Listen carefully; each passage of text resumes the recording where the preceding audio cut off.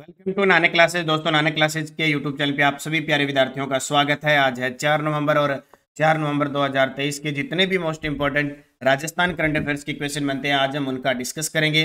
पूरा वीडियो ध्यान से देखना और लास्ट में मैं आपसे क्वेश्चन पूछूंगा जिनके जवाब आपको कमेंट बॉक्स में देने हैं। आज हम पढ़ेंगे 37 राष्ट्रीय खेल में मंजू बाला का पदक, राजस्थान में स्टेट स्कूल स्टैंडर्ड अथॉरिटी और औद्योगिक श्रमिकों हेतु उपभोक्ता मूल्य सूचकांक पर पूरी चर्चा इस वीडियो के माध्यम से करेंगे। डेली 8 बजे क्लास मिलती है, संडे के दिन वीकली और फिर मंथली क्लास मिलती है और रोज डेली शाम को 8 बजे नानक क्लासेस शिव सर पर आपको इसकी रिवीजन क्लास भी मिल जाती है। तो स्टार्ट करें आज की क्लास। सभी को गुड मॉर्निंग।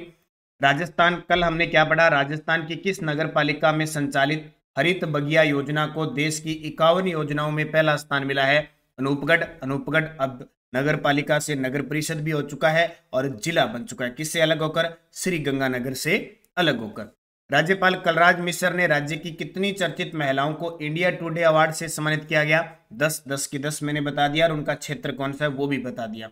राजस्थान की किस शाही ट्रेन को दुनिया की दूसरी सर्वश्रेष्ठ लग्जरी टूरिस्ट ट्रेन का खिताब मिला है? तो पैलेस ऑन व्हील्स। और वित्त वर्ष 2023-24 की पहली 6 माही अप्रैल से सितंबर के बीच राजस्थान में कितने प्रतिशत जीएसटी में वृद्धि हुई? 13%।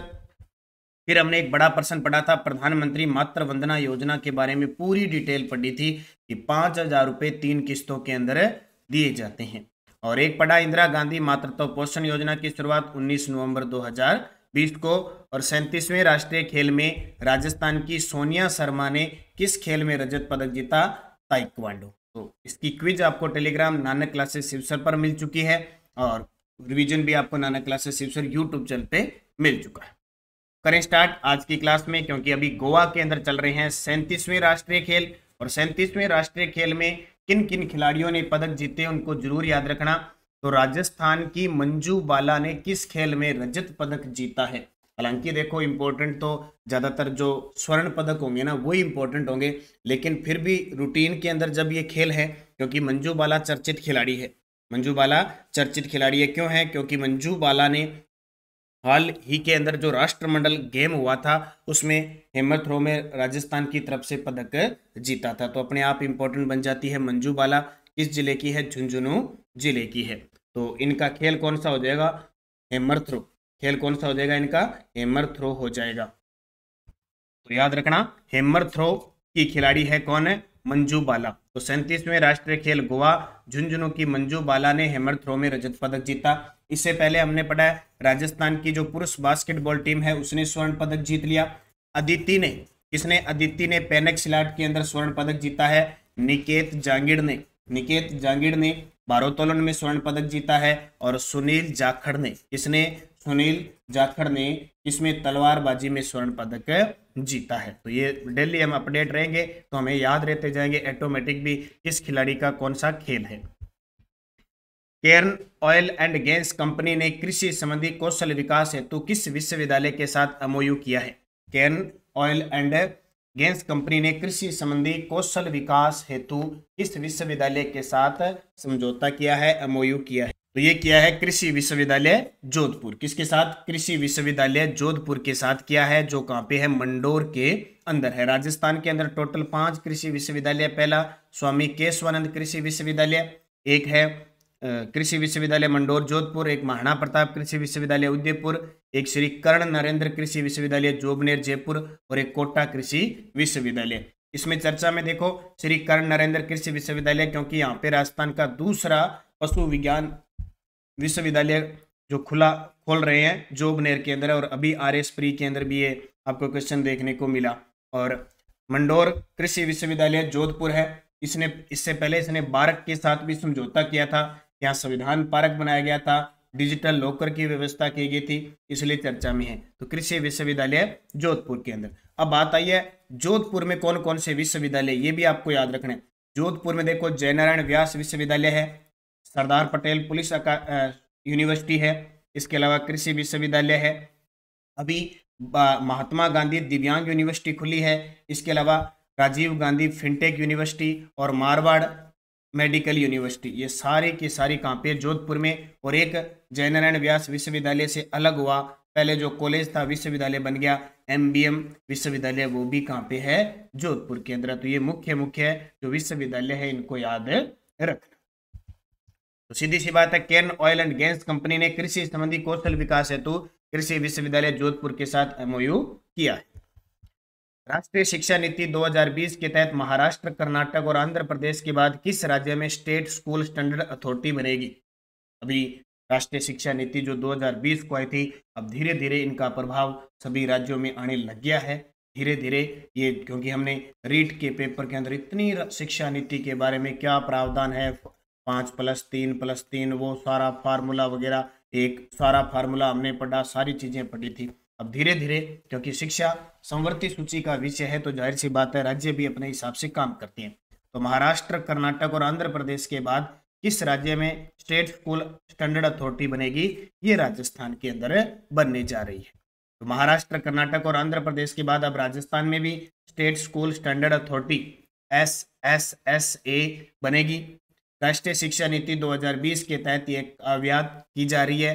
राजस्थान माध्यमिक शिक्षा बोर्ड से संबंध प्रदेश के करीब 30,000 स्कूलों को इससे जोड़ा जाएगा। जो भी राजस्थान माध्यमिक शिक्षा बोर्ड से रिलेटिव जितने भी 30,000 स्कूल है उनको जोड़ा जाएगा।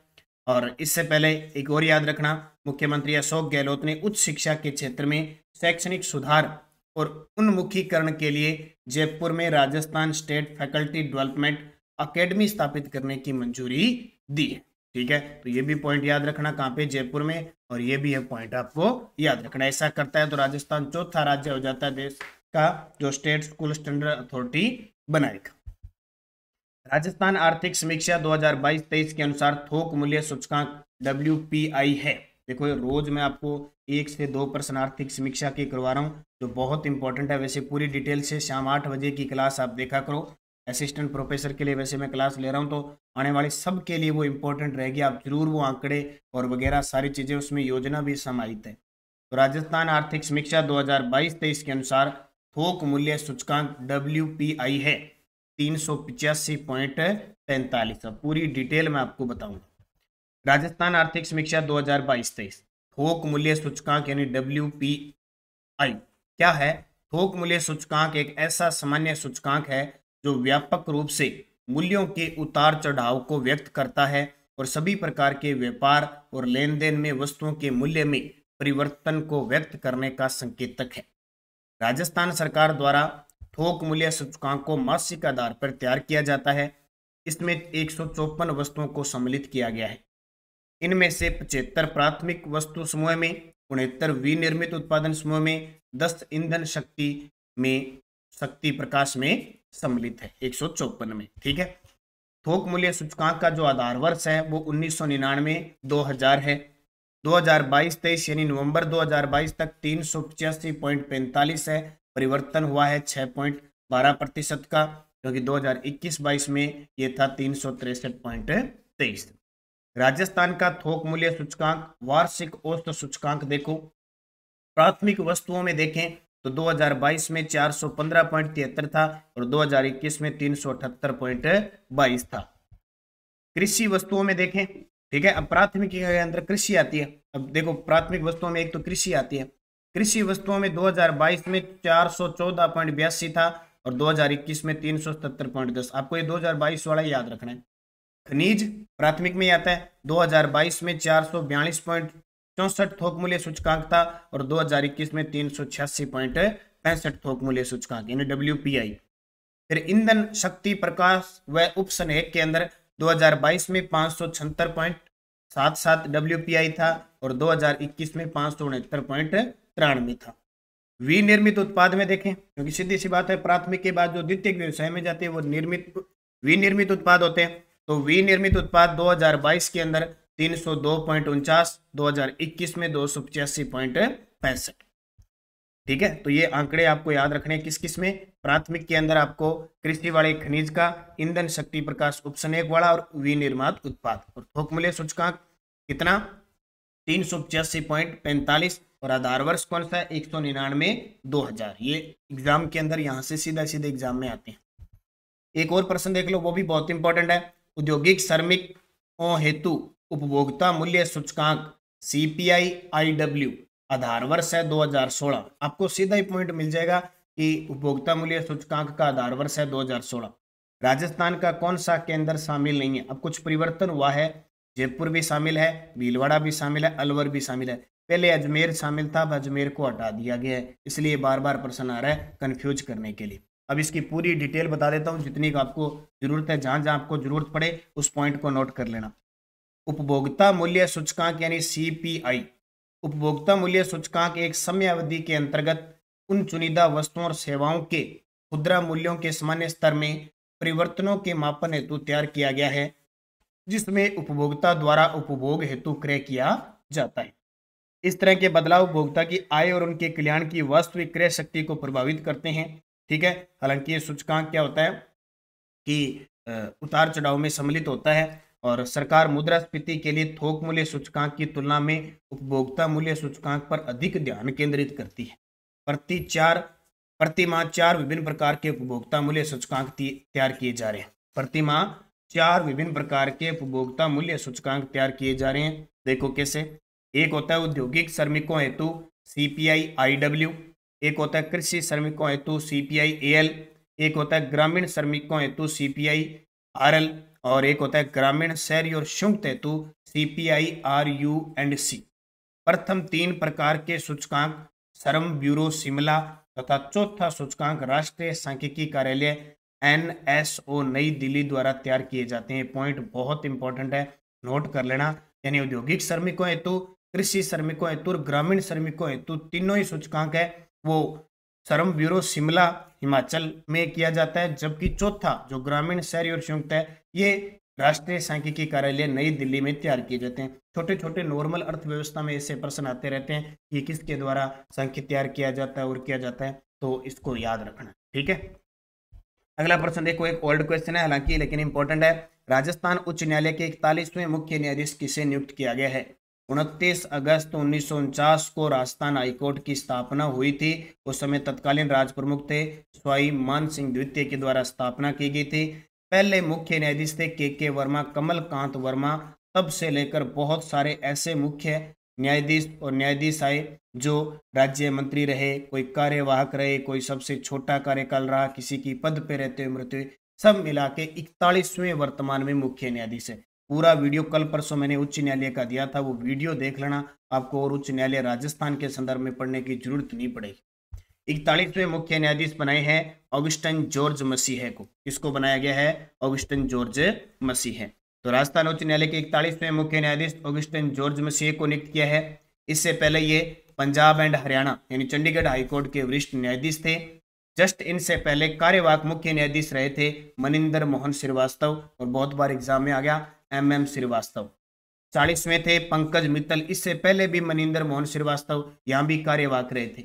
उससे पहले 39वें थे SS शिंदे, उससे पहले 38वें थे अनिल अब्दुल कुरैशी और प्रथम थे कमलकांत वर्मा। उच्च न्यायालय के गठन का प्रावधान संविधान का अनुच्छेद 214 है। मुख्य न्यायाधीश की नियुक्ति राष्ट्रपति करता है। मुख्य न्यायाधीश त्यागपत्र राष्ट्रपति को देता है, जबकि मुख्य न्यायाधीश को हटाने के लिए संसद में महाभियोग से गुजरना पड़ता है। इसके अलावा जो अन्य न्यायाधीश होते हैं उनकी नियुक्ति भी राष्ट्रपति करता है, लेकिन अन्य न्यायाधीशों को जो शपथ दिलाता है वो मुख्य न्यायाधीश दिलाता है। ये इतनी बात आपको याद रखनी है। देश के अंदर एक सुप्रीम कोर्ट और 25 अन्य उच्च न्यायालय है। इन सब न्यायालयों के मुख्य न्यायाधीश और अन्य न्यायाधीशों की नियुक्ति राष्ट्रपति करता है। आपको क्विज आपको नानक क्लासेस शिवसर पर मिल जाती है और PDF भी नानक क्लासेस शिवसर पर आपको 1 लाइनर वाली मिल जाती है। तो ज्वाइन कर लो टेलीग्राम, ताकि आप निरंतर इनसे जुड़े रहो।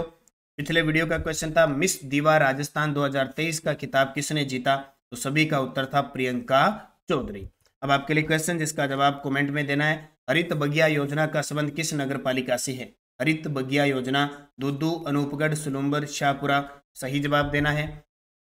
अब आपके लिए 5 क्वेश्चन जिसके जवाब बहुत सारे विद्यार्थियों ने शानदार दिए थे। नाहरगढ़ दुर्ग में एक जैसे 9 महलों का निर्माण माधो सिंह द्वितीय ने करवाया था अपनी 9 पासवानों के लिए। कुंवर पृथ्वीराज की 12 खंभों की छतरी कुंभलगढ़ में है जो जरगा की पहाड़ी पे है।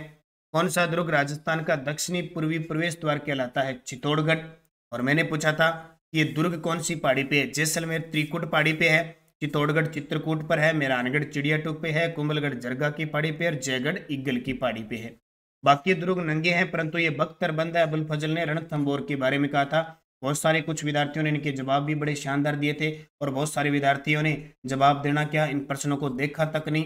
तो आप इन क्वेश्चनों को जरूर देखा करो क्योंकि ये आपके लिए क्वेश्चन होते हैं। अगर नहीं देखोगे तो हमारे कोई फर्क नहीं पड़ने वाला। आपको निरंतर अध्ययन करना है। आपको इनके उत्तर पता नहीं है तो भी ढूंढ के इनके उत्तर दिया करो, क्योंकि अगर आपको वास्तविकता में लगन है सरकारी नौकरी लगने की तो हर एक चीज को पढ़ना है, कड़ी मेहनत करनी है, सब कुछ त्यागना पड़ेगा। मेहनत ही एक सही इसका रास्ता है, सच्चा रास्ता है।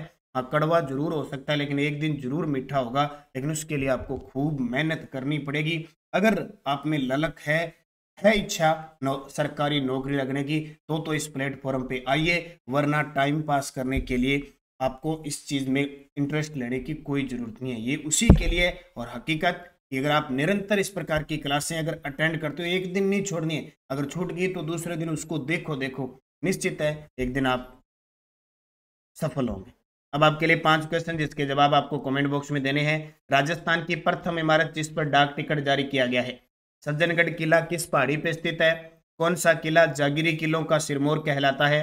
किस दुर्ग को कोषवर्धन दुर्ग भी कहते हैं? और किस किले के संबंध में कहा जाता है कि इसका निर्माण फरिश्ते परियों और देवताओं की करामात है? ये पांचों क्वेश्चन मैंने रात 9 बजे की राजस्थान अध्ययन की जो क्लास चल रही है उसमें बताया था, और टेस्ट आता है शाम को रोज 6 बजे उसमें आपको। तो ये राजस्थान भूगोल इतिहास कला संस्कृति की ये सीरीज चल रही है, पूरी सीरीज नंबर 4 आ चुकी है। अब जो टेस्ट देखोगे सीरीज नंबर 4 में देखोगे 6 बजे टेस्ट, 9 बजे व्याख्या। नानक क्लासेज ऐप डाउनलोड कर लो और ये डेली की क्लास होती है, उसका डेली टेस्ट, वीकली, मंथली सब टेस्ट मिलता है। और अक्टूबर मंथ की आपको पीडीएफ भी डाल दी गई है, प्रिंट निकाल के पढ़ सकते हो नानक क्लासेज ऐप में। जनवरी से दिसंबर 2023 की टेस्ट सीरीज। और कोई पीटीआई की तैयारी कर रहा है तो सेकंड पेपर की कंप्लीट कोर्स पर आधारित रिकॉर्डेड क्लासें शुरू हो चुकी है, आप ज्वाइन करें। 2999 अब दीपावली फेस्टिवल चल रहा है और लगभग 2100 रुपए में मात्र आपको प्राप्त हो रहा है। तो शारीरिक शिक्षक भर्ती के लिए बहुत इंपॉर्टेंट है। मैं कहता हूँ ये क्लासें अगर आप रिकॉर्डेड ले ली, इसमें first paper, second paper, chapter wise MCQ वगैरह सब फ्री रहेगा आपको, और वैलिडिटी जब तक एग्जाम नहीं होगा।